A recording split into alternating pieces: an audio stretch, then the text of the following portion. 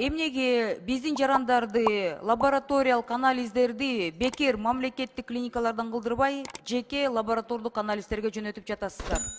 Мага шаардан арыздар келип атат. Докторлор болсо бизди ушинтип жогору жактан мажбурлап атышат деп атышат, ошенткиле деп.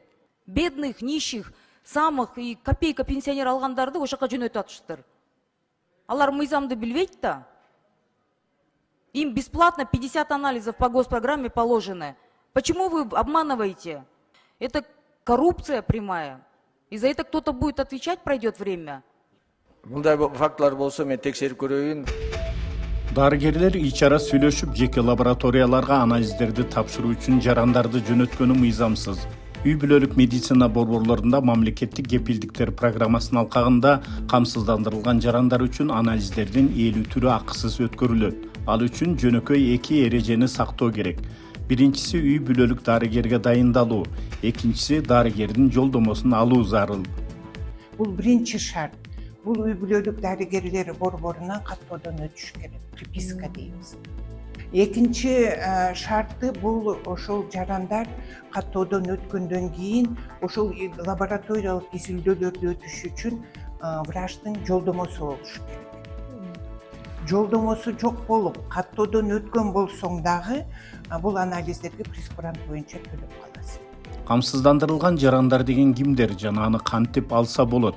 Камсыздандырылган жарандар иштеп аткан жарандар, иш берүүчү ал үчүн 2%-ди баягы соцфондко фонд заработной платадан төлөйт. Биздин пенсионерлер, биздин балдар мектепти бүткүчү, биздин студент балдарыбыз 21 жашка чыгып жогорку окуу жайында окуп, күндүзгү окуу жайында окуган студенттер, аскер кызматкерлери, жөлөк пул алгандар, анан баягы иш жок болуп, бирок орган занятости официалдуу түрдө өткөн болсо каттоодон, алар да камсыздандырылган жарандар болуп саналат.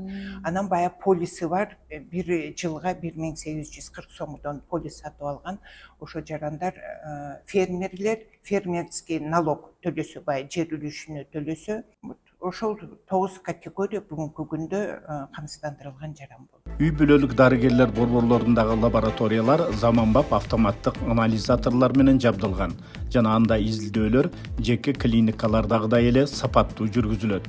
Эскерте кетүүчү жагдай, эгерде медициналык кызматкер сизди үй бүлөлүк дарыгерлер борборлорунда жүргүзүлө турган анализдерди жүргүзүү үчүн жеке клиникаларга жөнөтсө, жетекчиликке кайрылыңыз.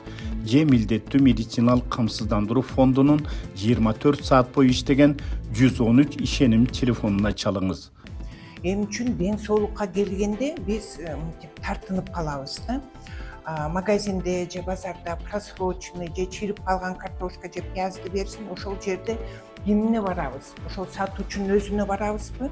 Айтабыз, ай мен мына акчаны төлөдүм, эмне үчүн мындай болуп атат? Ошол эле организациянын руководителине кирсе. Ал жерде ал жетекчи да түшүндүрө албай же ал жетекчи кабыл албай кое турган болсо, бизде күнү түнү иштеген 113 деген шыр байланыш телефонубуз бар. Ал жака чалса. Каныбек Темиров, Евразия бүгүн.